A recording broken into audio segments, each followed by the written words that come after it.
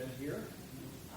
After a good lunch, and it's such a beautiful day outside. This is bad to have maybe I ought to close the curtains. It's such a beautiful day outside. And to sit here and listen to somebody talk about financial matters may be kind of troubling for you, but nevertheless, I got a job to do, and I'm going to do my best to do it. So let's start with a word of prayer and we'll get underway. Father in heaven, we thank you so much for the privilege you've given us of being here in this beautiful location. Please bless us today. Send your Spirit to be with us. May we follow your word in Jesus' name. Amen. All right. Well, that machine over there wasn't working real well, but now it seems to be working. So I told people who were sitting over there by the window, you better move over this way. If you want to move back by the window, you can now, because that machine is working okay. But we're going to go ahead and get started here. Over the next several days, I want to talk about, use the metaphor that Jesus used, building a tower, and financial awareness for the Christian. Now, the challenge that I have is that I'm following Ed Reed. That is really hard, folks. Were any of you here at the last presentation that Ed did? All right, see, a number of you were. I think he's such an outstanding speaker that following in his footsteps, I feel like I'm treading water and barely to keep my head above water because he taught me a lot of what I know about financial matters. Now, my name is Dale Johnson. Actually, one of my friends that spoke earlier today, Mike Ortell, looked at my picture of the brochure and he said, "That's an old picture, Dale. You don't look like that anymore." And so this morning I took this picture. Okay, so now you have a current picture that was taken just today. My real name is Dilbert, all right? But only the state of Maryland, Southwest Airlines, and my wife, when she's irritated at me, calls me that, all right? So don't call me Dilbert. The name is Dill, and I rented a car many years ago from Thrifty Car Rental. Landed and went to the airport, counted the counter there, and there was a young kid behind the counter. He had earrings in his nose. Just a young kid. And he said, "Whoa," look at my driver's license. "Mr. Johnson."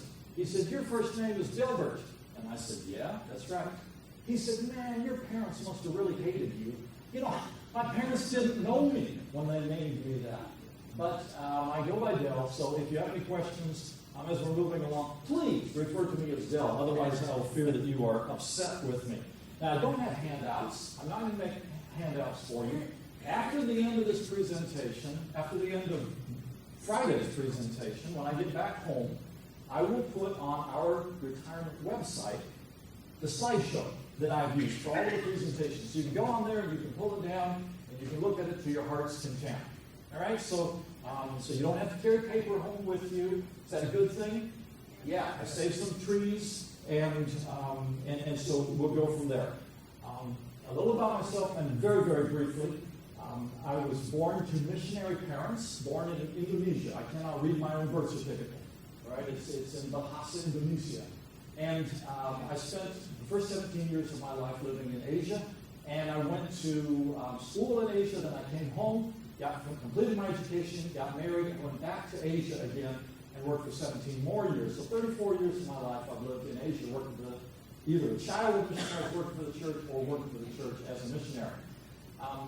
Got some graduate work in finance, in healthcare finance actually, and it has been an incredible honor to have, at the end of last year, completed 40 years of working for the Seventh-day Adventist Church. And I just consider that the Seventh-day Adventist Church has actually paid me to do what I love to do. Isn't that remarkable?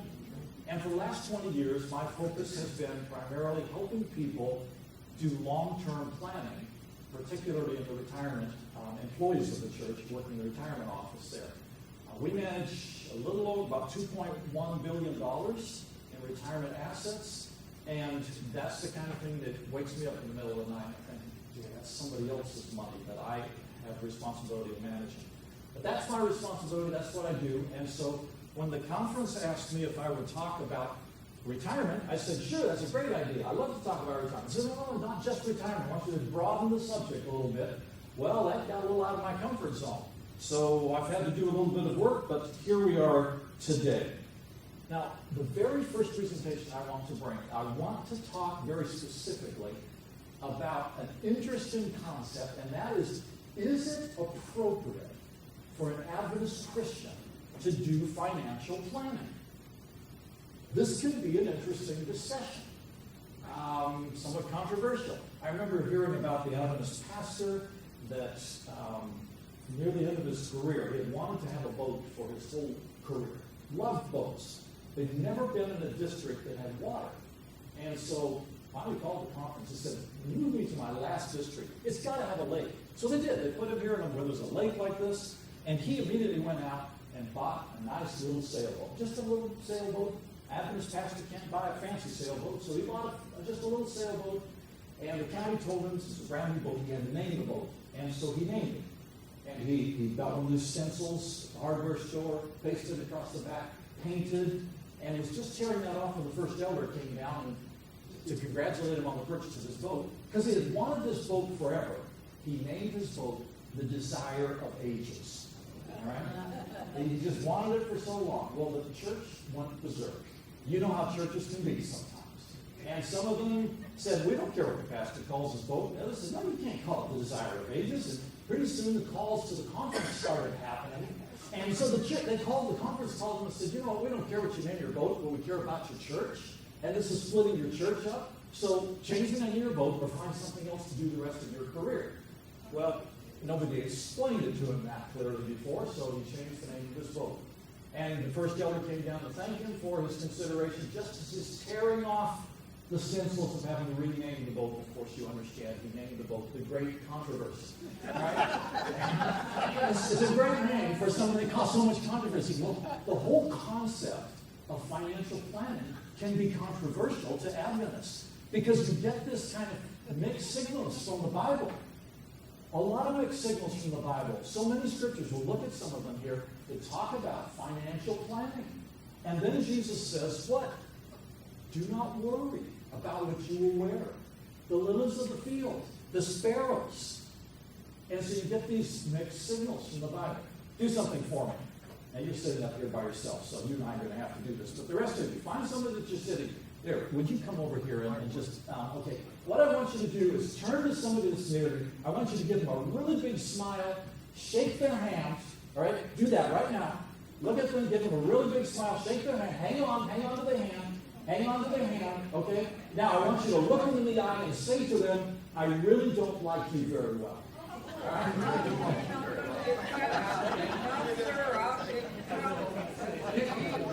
You see the mixed signals? The mixed signal, the smile, the handshake, and then I really don't like it. It doesn't fit.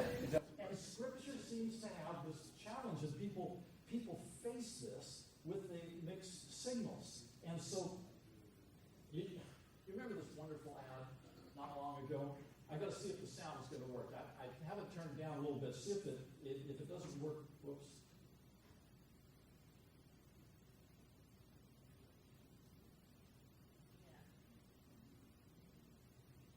Sorry, I've got it unplugged here. All right, we're going back. Hold your ears. Didn't do it. Program and features applet of control panel, from where you can uninstall all, or a specific Windows update.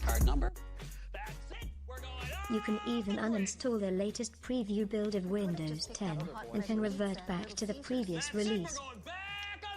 If there are more than one PC using Windows 10 over your local network.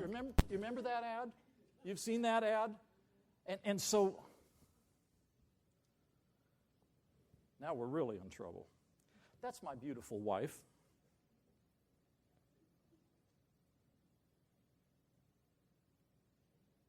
Now you know my password. Star, star, star, star, star, star. All right? So that is that particular ad. Go off the grid. Can we go off the grid? Money involves us all the time. We're engaged with money. It's how we live our lives. We have to manage our money. You can't go off the grid. I've talked to Adventists say, I'm going off the grid. I mean, they don't use those terms, but you understand what some of them believe, and yet life is what it is. So what does the Bible say about it? Here are biblical references to money. Ed Reed, in his book Faith and Finance, says that there are more comments in Scripture about money than there are about prayer.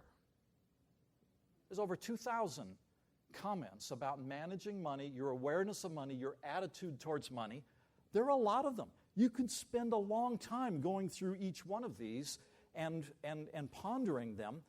And by the way, Ed Reed's book, Faith and Finance, this is an outstanding.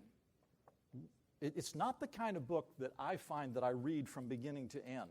It's something that I keep close by and I use as resource material because there's so many different chapters in it. You can get this at the ABC. They promised me that they would have some available. It's a great resource material for you.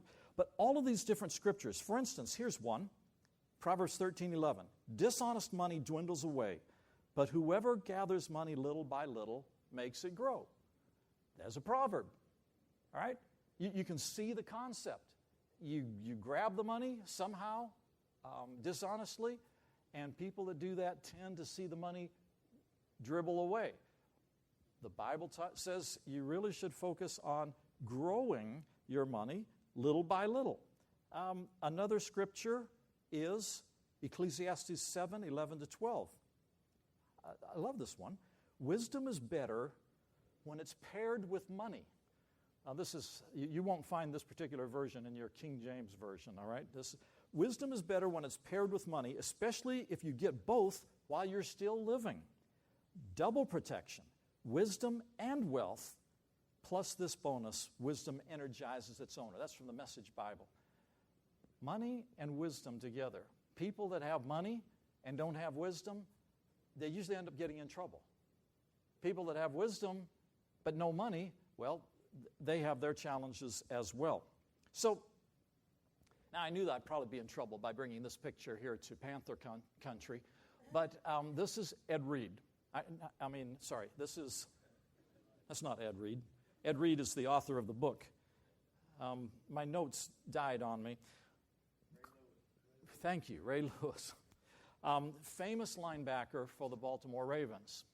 He worked for, I think it was almost 17 years, 17 seasons for Baltimore. He made a lot of money.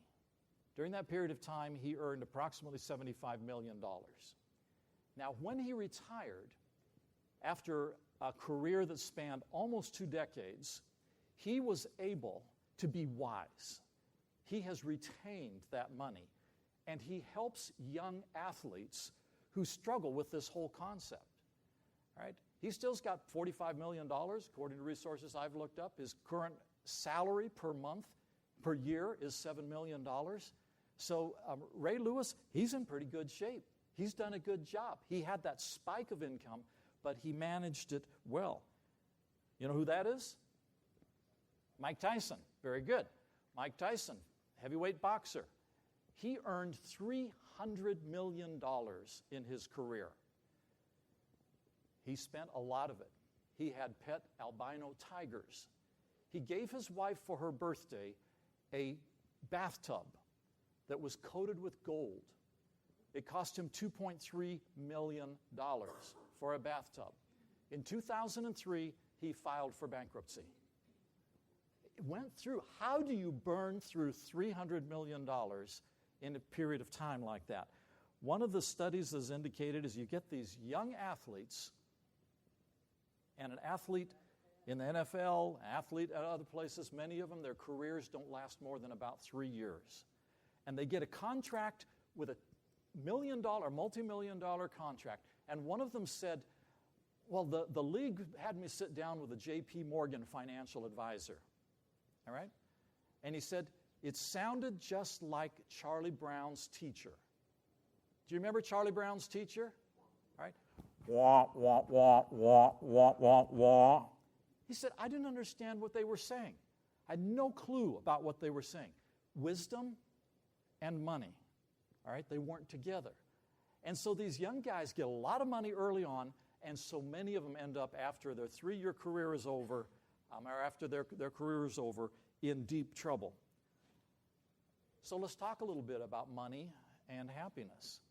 Have you ever thought, you may not be willing to admit this, but I will admit. Every once in a while I think, what if I really won the lottery? I don't even try, folks, so don't go out of here and misquote me, try to get me into trouble. All right, I don't even try. But what if I suddenly had $100 million. Do you ever picture yourself being worth $100 million? And would you be happy? Do you think you would be happy with that $100 million?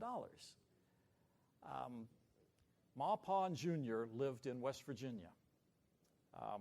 West Virginians told me this story when I lived there in Parkersburg.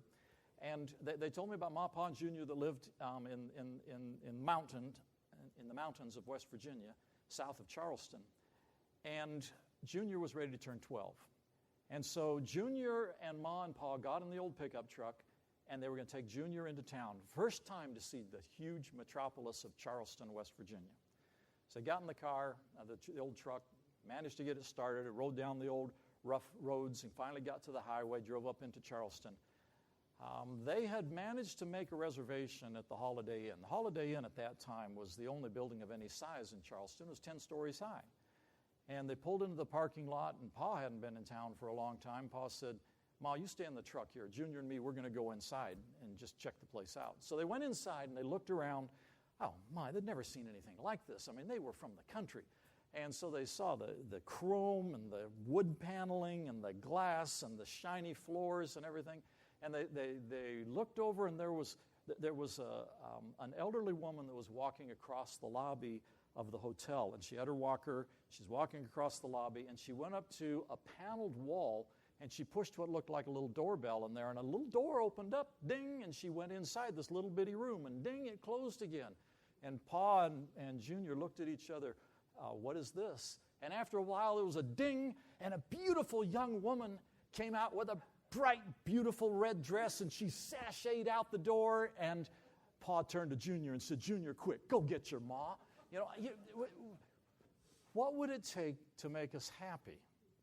And people have looked at this. They've actually looked at this. Now, Princeton University studied this. They did some surveys. They said, what is it that makes us happy?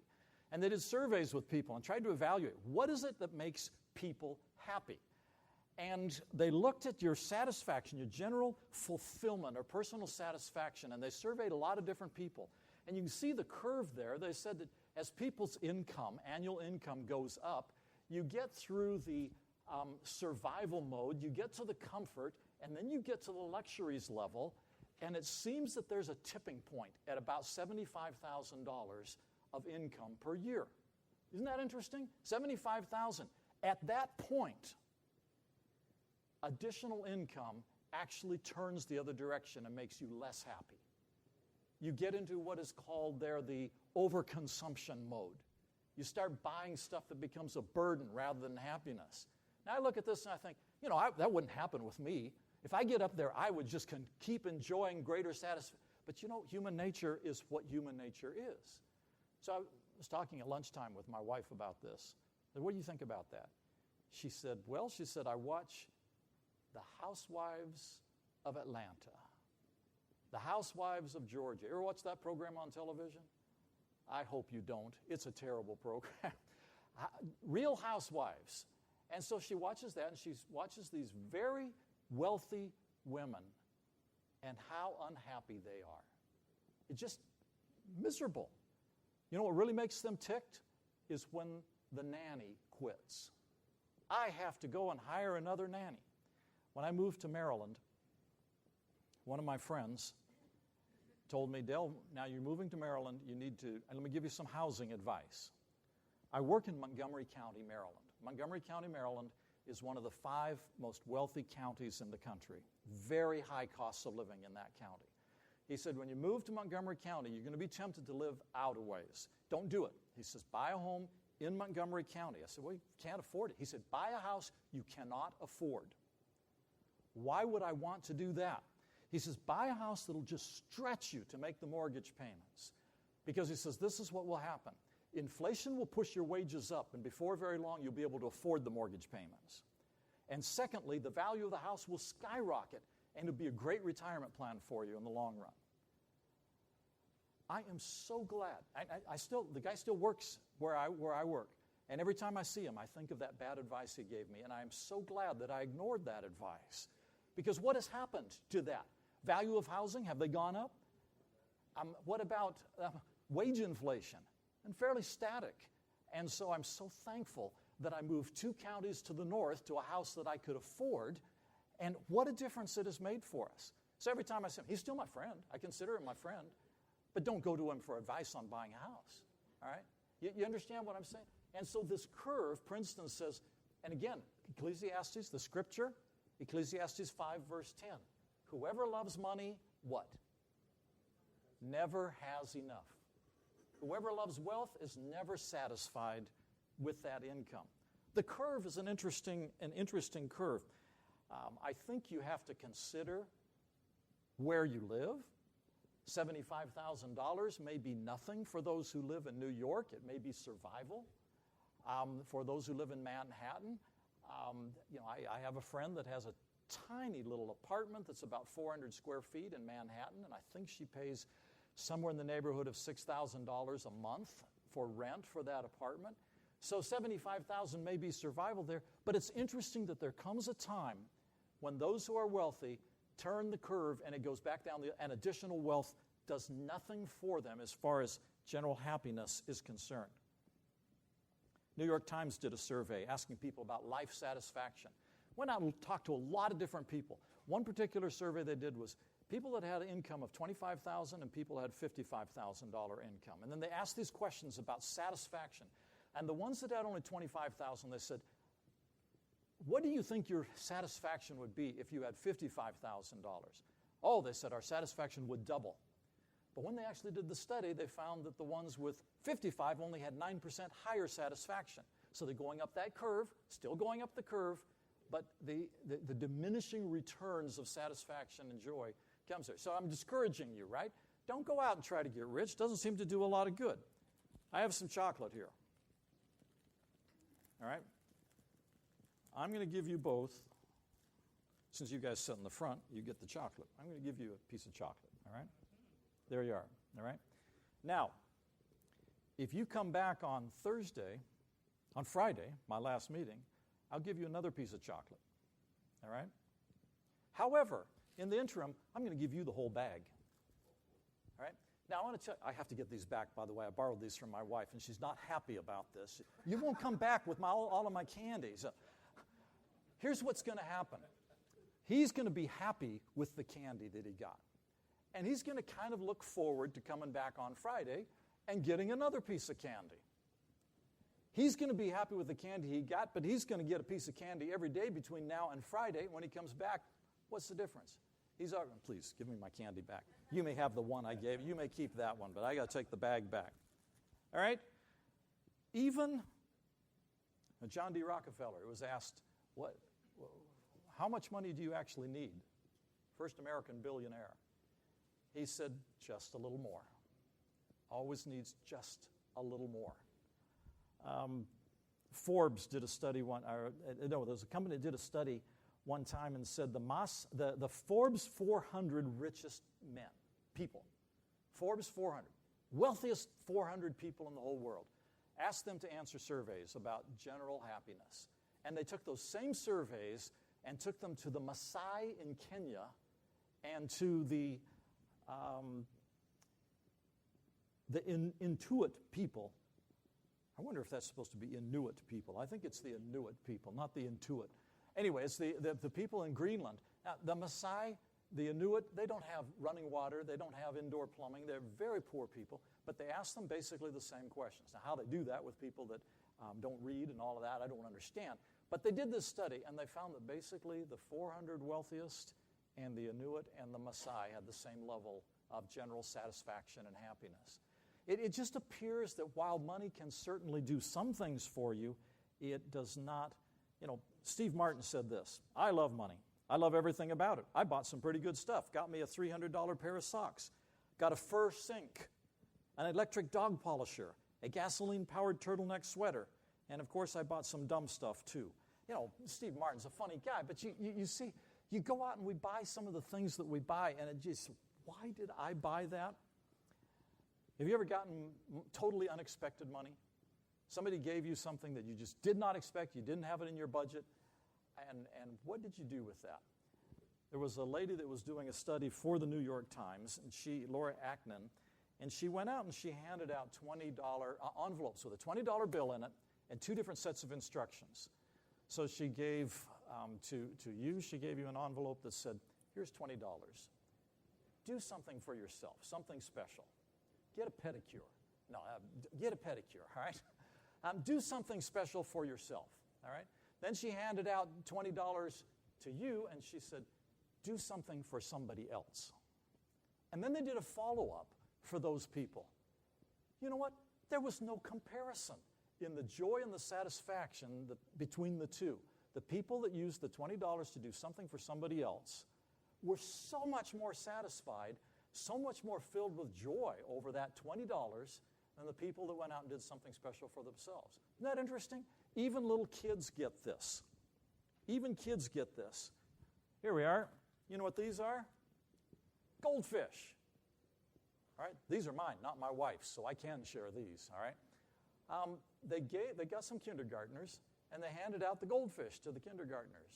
And the kindergartners were very happy to get the goldfish. They like goldfish. Their parents said, yes, they can eat the goldfish, so the kindergartners ate the goldfish.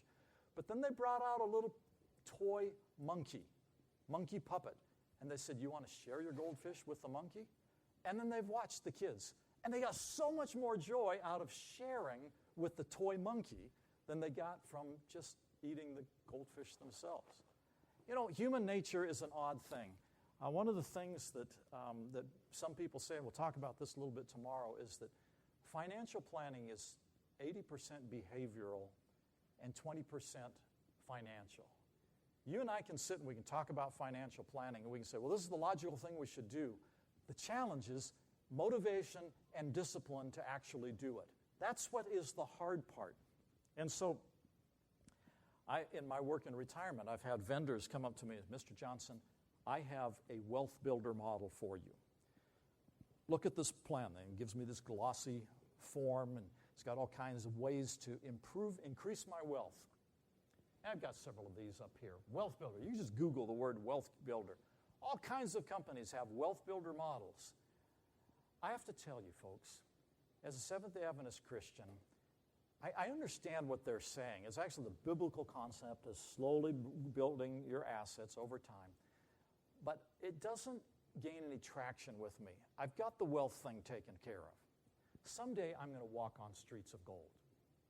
You know, we all know that. We're going to walk on streets of gold. The wealth thing is taken care of.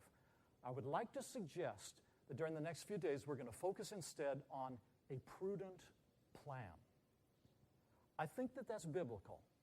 I think that I can support that by what we've been talking about. And if you look through those scriptures, the 2 pages of script, those 2 columns of scriptures, looking at a prudent plan makes all the sense in the world. The wealth builder model, I'm not so sure. So, the wealth builder model, I need more.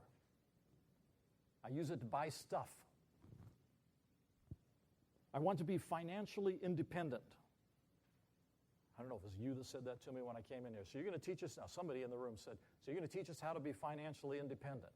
I'm not sure what that really means. I'm not sure I want to know what it means, but that's the goal.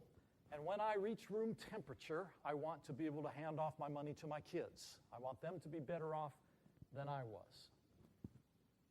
Now the differences are subtle, but they're important. A prudent plan protects a modest standard of living. It avoids reliance on others. It desires steady growth, steady participation, and disciplined growth. And it enables me to be able to continue to serve. You know, people have asked me, I've announced my retirement. I'm planning on retiring at the end of this year. I think 41 years will be enough of Dale Johnson working for the church. So I'm going to do something else. I'm going to retire. And people have asked me, what are you going to do when you retire? Well, I advise a lot of people, have something to do when you retire, but I don't really have much to do. It's my life is retirement. So I can't, when I retire from doing retirement, I'm not sure what I'm going to be able to do.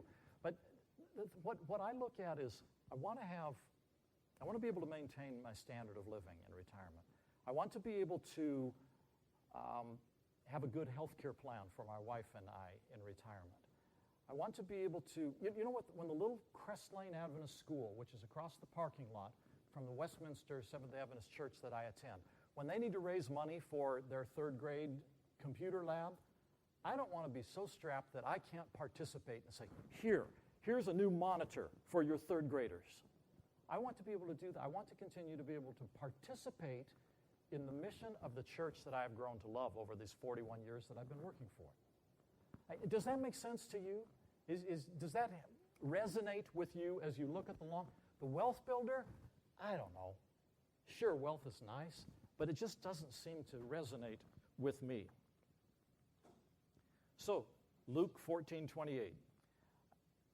The original, actually, the King James talks about a tower. The Bible here that I'm using, the Message Bible, changed it to a house. Is there anyone here who, planning to build a new house, doesn't first sit down and figure the cost so you know if you can complete it? If you only get the foundation laid, then run out of money, you're going to look pretty foolish. Everyone passing by will poke fun at you and say, he started something he couldn't finish. There's a biblical concept there, financial planning. Now, in the many years that I worked in Asia, there was a country that was pretty famous for this. They would start a building, an Adventist church. It would start a new hospital. And we'd go by there years later, and there's still, the foundation is laid. Maybe the first floor is finished, and there's steel rebar sticking up out of the, and rusting, coming up out of the ground. And we asked them, why did you start building when you didn't have enough money to finish the job? They said, we felt that when we wrote letters to people in America and showed them pictures of this, they would feel sorry for us and send us money so we could finish our project. Well, you know what? It's not a very good marketing tool. People don't tend to feel sorry for people who can't plan well enough to finish the job. And so Jesus talks about a plan, a financial plan. And we are all stewards that have a financial plan. North Korea was trying to become engaged in the family of nations. They said, we're going to build the tallest hotel in the whole world. This is what the architects said it would look like. All right? We're going to get foreign investment. We're going to build this thing. It's supposed to cost somewhere in the neighborhood of $300 million. Well, the price went up and up and up. And finally, when it was abandoned, it looked like that. That's what it looks like today, I'm told. All right? Built a tower, but couldn't finish it. And so, what about you? How does that apply to us? None of us are building a tower. Most of us don't build a house. Larry Burkett, who's done a lot of writing about, many of you have probably heard his name, does a lot of writing about financial planning and Christian and financial planning. He has several myths. I want to share them with you here. He says, poverty is next to spirituality. That's a myth. There's no inherent virtue in poverty. There's no inherent virtue. God condemns the misuse or preoccupation with money, not the money itself. One example where people quote, and it seems to be one of the mixed signals, is what? When Jesus talked about the rich young ruler. He said, sell all that you have, give to the poor. Was Jesus condoning poverty? I don't think so. I think Jesus was saying, you are allowing your money to get between you and me. And if you are allowing your money to, you understand what it's saying? The obsession with money is where the problem is, not the money itself. Here's another one. Money brings happiness. Well, focus our attention on God rather than the uncertainty of riches. Paul wrote to Timothy. So I found this one. See, it says, money can't buy happiness, but money can buy you a jet ski.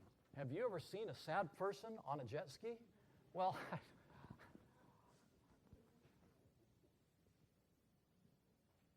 I got in trouble. I was visiting Guam not long ago and had a half a day off, and I went out and was riding a jet ski there on the water off the shore in Alapunang Bay. And the people that were loaning the jet skis, renting the jet skis to us, came out in the water and made me slow down. I was too happy. I was having too good a time out there. They said, you're going too fast, Mr. Johnson. Slow down. So, money does not bring happiness. Another myth, Larry Burkett says, wealth is a sin. To be wealthy is to be sinful. You can think of some real examples. God blessed some Old Testament characters. You can see them listed here. Abraham, Job, Solomon, Jacob.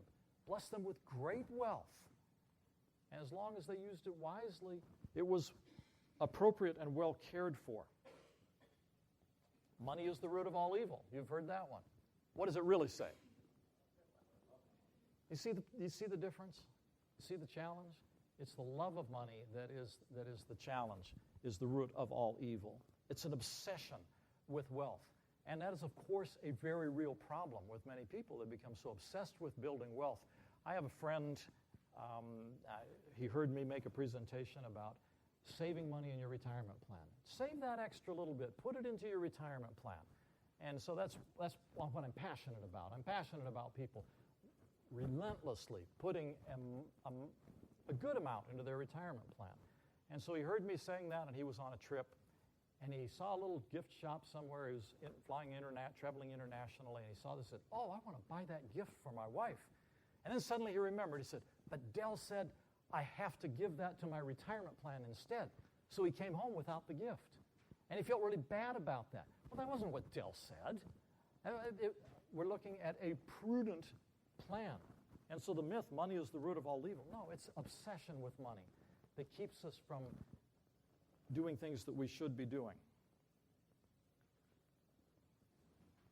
You make a presentation like this, you can put your own family pictures up. My parents, my dad was the treasurer of the Texas Conference in 1947. It was a camp meeting there in Keene, Texas. Door opened to the side, and in came a messenger, and he was carrying a little yellow piece of paper, a little yellow envelope. Some of you are old enough to remember yellow envelopes. It was a cable, a telegram. And so they handed it down the road to my dad, had his name on it. He didn't want to open it. He knew what it was, and he didn't want to open it. My parents had gotten 2 calls to go in mission service for the Seventh-day Adventist Church. One to Africa, one to Japan. They'd turned them both down. Said, "We're satisfied with working here in the Texas Conference. We don't want to go anywhere." This was a call to go to Indonesia, 1947. And so here they are at the dock of the bay in San Francisco, getting ready to get on that ship behind them of the old President lines, the President Cleveland, I believe that was. It was the maiden voyage of that ship. And they took that ship across the ocean to Manila, got another ship down to Indonesia. Now, from your memory of world history, 1947 was very close to what? The close of World War II, 1945. What you may also not remember is that Indonesia was brutally occupied during World War II. What you may not also remember was that Indonesia was not called Indonesia at that time. It was called the Dutch East Indies.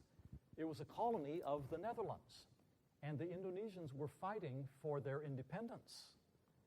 And so Mom and Dad landed in a country that had just been brutally occupied during a world war, and now there were small battles for independence as the Indonesians were trying to drive the Dutch out.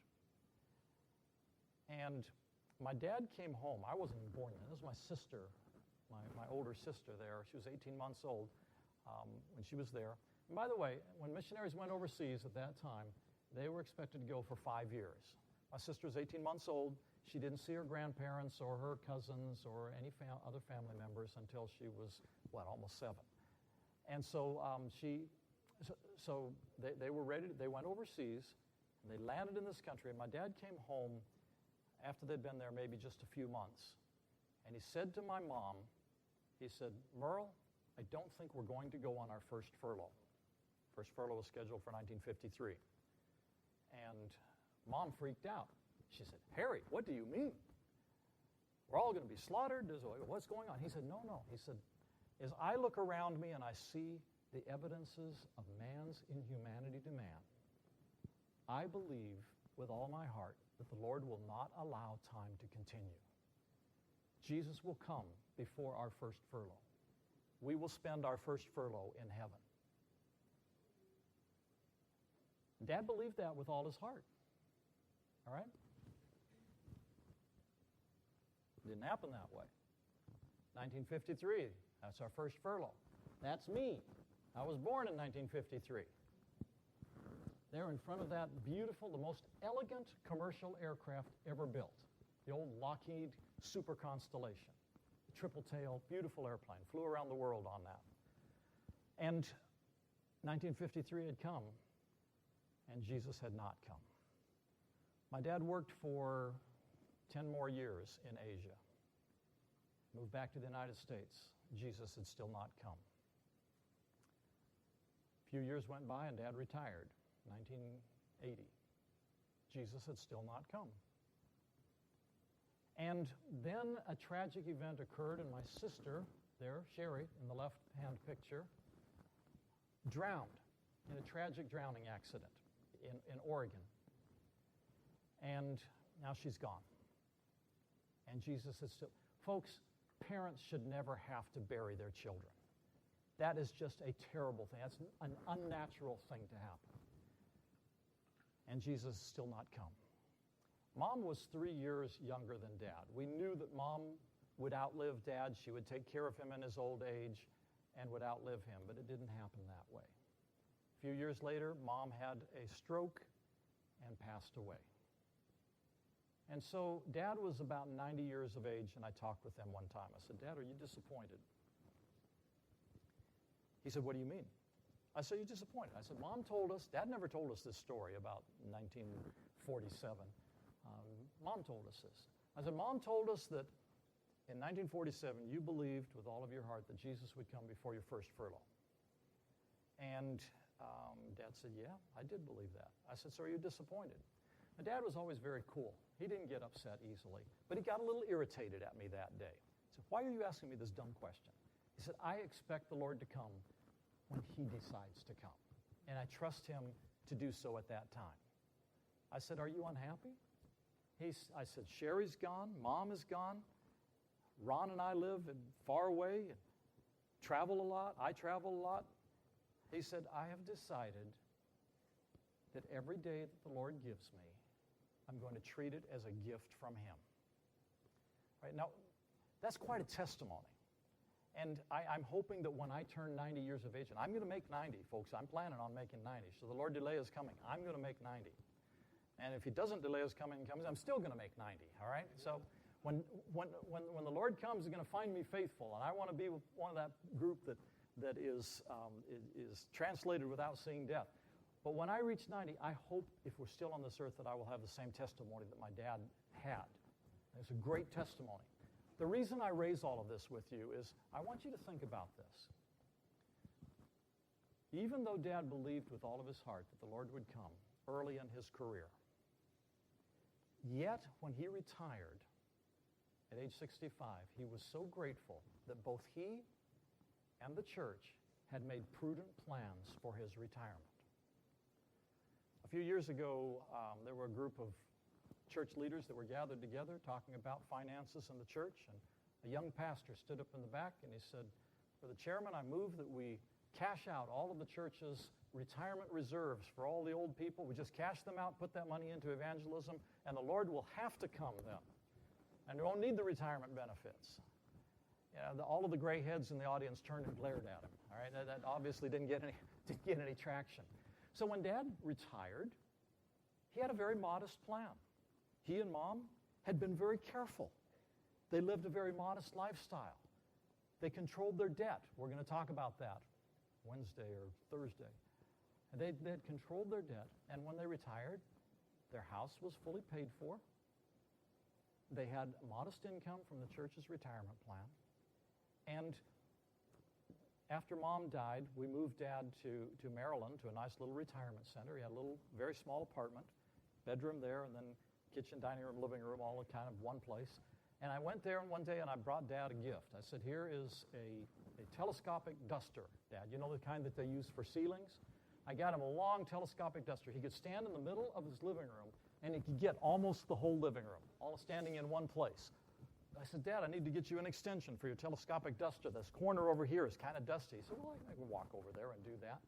But he had a nice place, And he was very grateful that even though he believed with all of his heart that Jesus was coming soon, he and Mom had prudently planned for retirement. They had planned for the long run, the long haul. So that is what I want to talk about. I want to talk about, first of all, we've dealt with issues of financial awareness. Financial awareness today is not inconsistent with our belief in the imminent return of Jesus. It's biblical. Financial planning is biblical.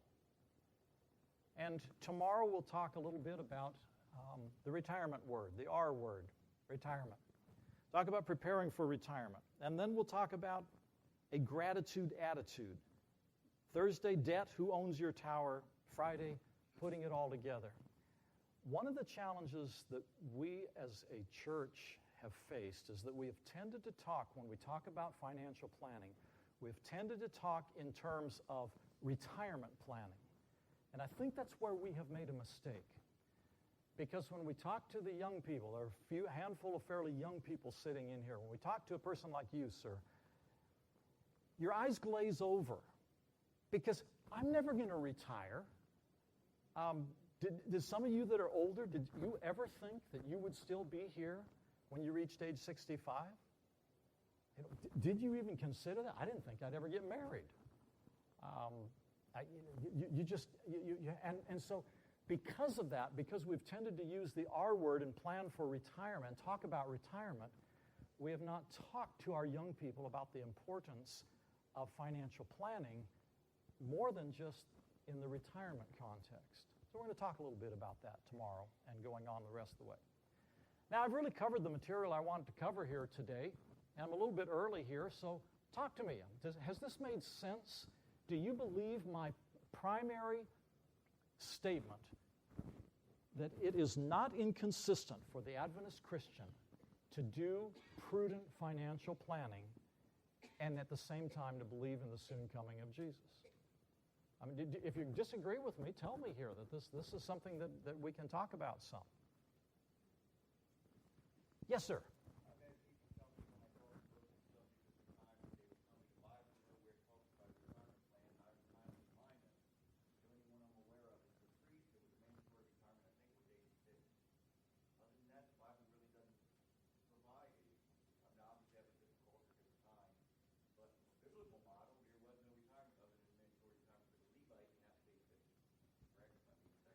Somebody actually brought that text. Is it in Joshua or Judges, I think? And it talks actually about, it says that applies to the Levites. When the Levites reach age 25, they shall work in the service of the tent. When they reach age 50, they shall retire.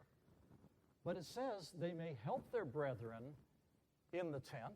We would call that in-service distribution or part-time post-retirement employment. But you will retire at age 50. So I had a pastor come to me one time and say, the church doesn't obey the Bible. The Bible says the Levites should retire. I said, you're a Levite? Well, HMS Richards Sr. used to say, the Bible doesn't talk about retirement, therefore I'm not going to retire. When the Seventh-day Adventist Church first put in place a retirement plan in 1910, it was not a retirement plan for age-based retirement. It was exactly what you say. It was a plan to take care of widows and orphans of pastors who essentially burned themselves out and died. And that happened in the church. And now we have a formal retirement plan that complies with federal law and so forth. So the point that you raise is an interesting one. The church began a retirement plan, and do any of you remember the old word for retirement? Sustentation. That was what it was called, sustentation. That was the old term for it. And the idea was that you work. I love music. I love the Adventist hymns. And so sometimes I think about the hymns that refer, that I, in my mind, apply to retirement. In the sweet by and by. That's a good term for retirement, isn't it? And there's several others that I've thought of. Well, the best one that somebody came and told me when I told him what his retirement benefits were going to be, he said, okay, here's my gospel song that I love, the old gospel song. We'll work till Jesus comes, we'll work till Jesus comes. You know that one? That was the one he determined. So, anybody else? You have something you want to say about this subject? Yes, sir.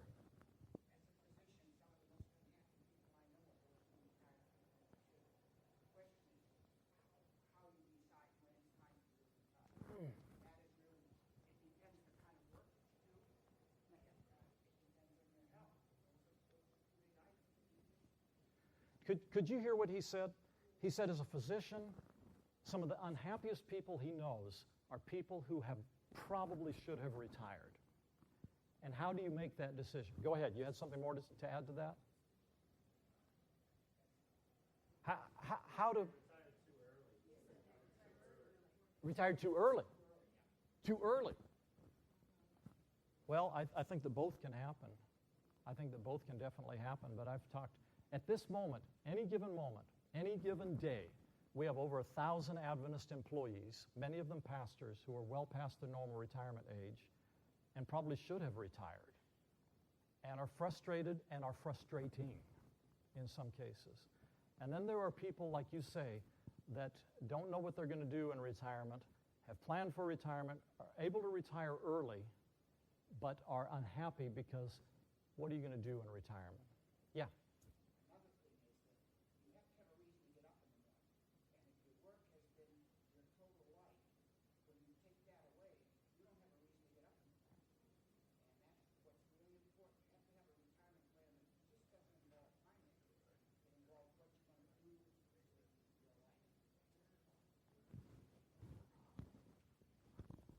I'm glad you raised that point.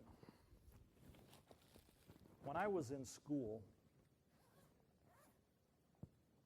I took a class in woodworking.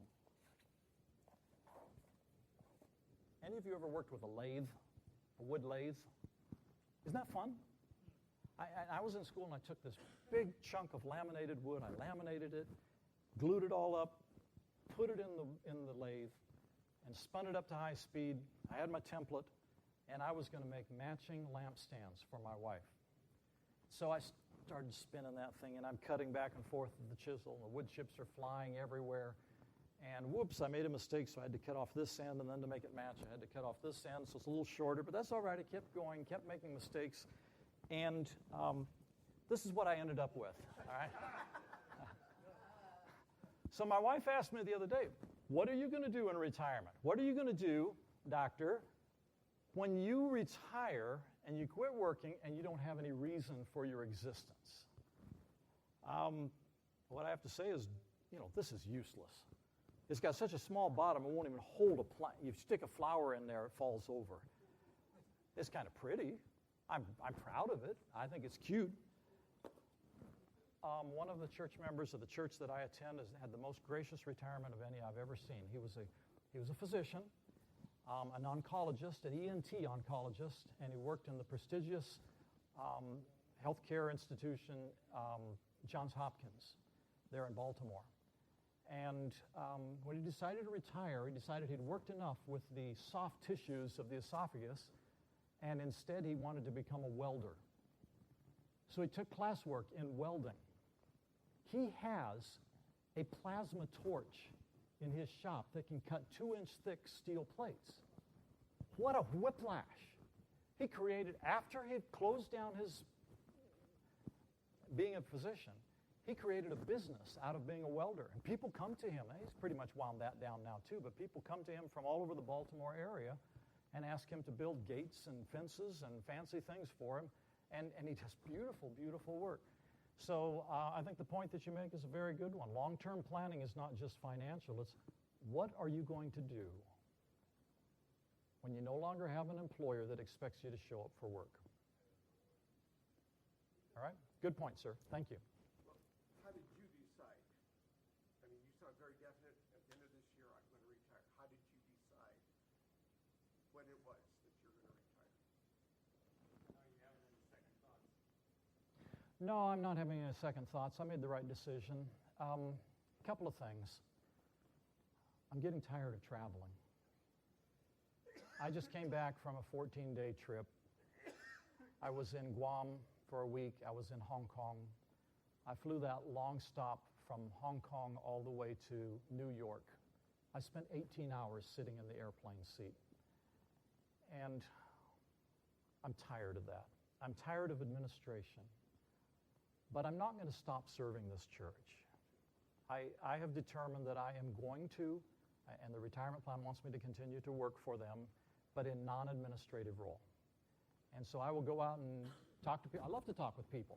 I love to talk with people about retirement, about financial planning, about other things, and the retirement plan wants me to continue to do that. I also have some family responsibilities that I feel like my being on the road as much as I am, I just can't fulfill both any longer. And so there were some personal reasons for it. But I finally came to the decision, probably 41 years is long enough.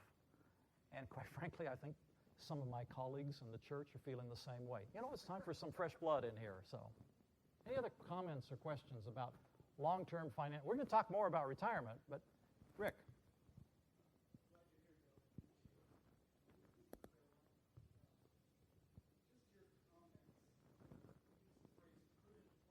Yes.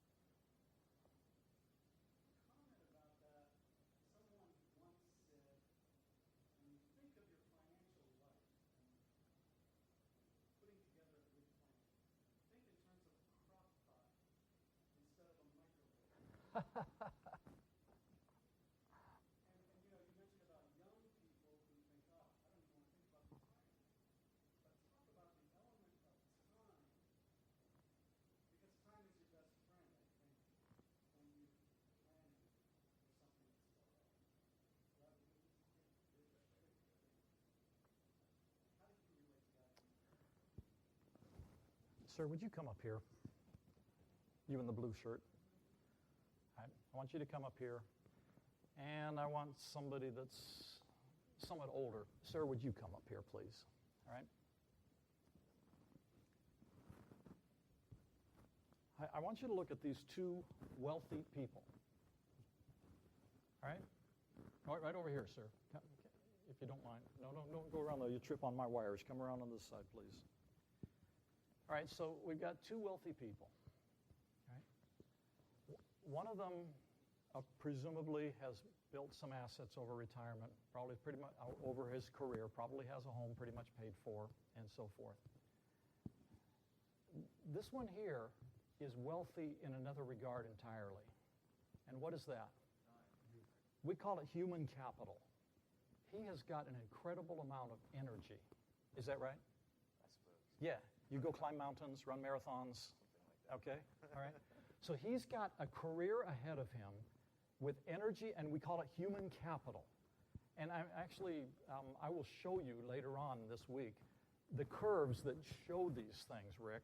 And so they can show that now he's going to start using that human capital and start building on the financial capital that he has built over his career. And I think that you guys can go back to your seat. Thank you very much. Do you understand what I'm talking about? Our young people think that they have nothing. Why do you even talk to me about financial planning? I've got nothing. The fact is, that's not true. They have great wealth. We call it human capital, the potential of earnings over their career. That makes all the difference in the world. If only we could get them to think about how to convert over time that human capital they have. The saddest part in the world is when the 50-year-old woman came to my office 3 years ago. She came to me and she said, I guess I need to start thinking about getting ready for retirement. She's 50, okay? She's 15 years away from retirement. I said, tell me what you've done so far. She said, well, nothing. I said, you haven't been putting any money into a retirement plan? No. I said, do you own a home? No, not really. You haven't done anything at this point? And so if we could get the attention of our young people, Rick, and try to get them to recognize, do you understand that planning for the long haul is not a linear model?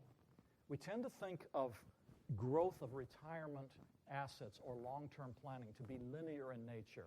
I put $200 a pay period here, and then at the end of the year, I'm here. And the $200 a pay period here, and then I keep going like this in a linear fashion. That is not how it goes. Any finance guy can tell you that because of the magic of compounding returns, the curve is much more like this. It goes like this, it stays fairly flat for a while, and then it starts doing this. You reach the end of your career.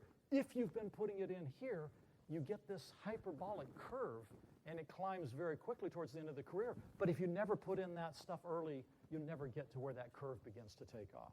I don't know, Rick, how to answer that. I think that's kind of saying what you said.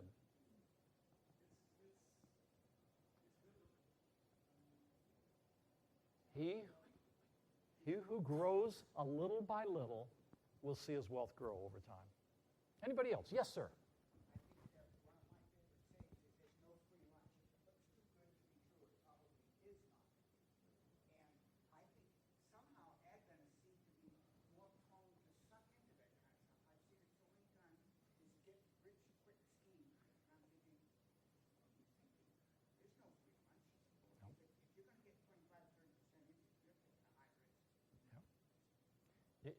You certainly got that email from that Nigerian prince that wanted to yes. And there's a fraud that is very successful in this country that is called affinity fraud. Affinity fraud is where a person who is a fraudster, a con man, comes to your church, says, I'm an Adventist, and comes in there and he meets with you and he goes to the potluck with you over time. And after a while, he starts talking that he has some ideas for raising money. This has happened repeatedly in different churches.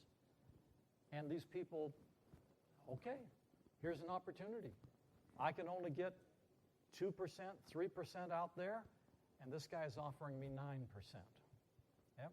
If it sounds too good to be true, it probably is.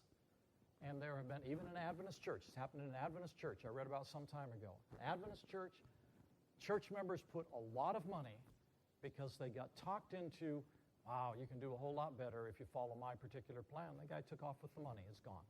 It's gone. Yes, ma'am.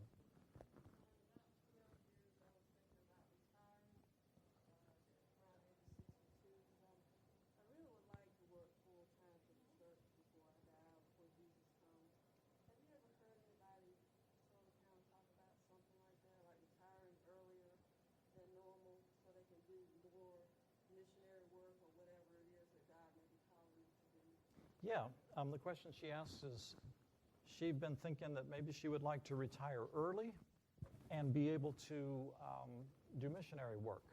We have a lot of people that are retirement age or in their 60s and 70s that do volunteer work for the church. But what you're describing usually requires that you have done retirement planning ahead of time and actually have the resources to be able to do that.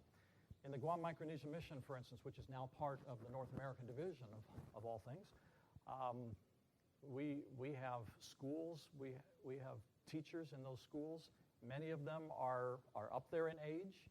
They have retired, and they are working there for the Guam Micronesian Mission, for the Seventh-day Adventist Church, using the skills that they learned over time, and they are given transportation, they're given housing. It's very modest housing. They're given food, and they're given a small spending stipend. But you can't rely on that to take care of failure to plan for retirement, because someday you're still going to have to retire, right?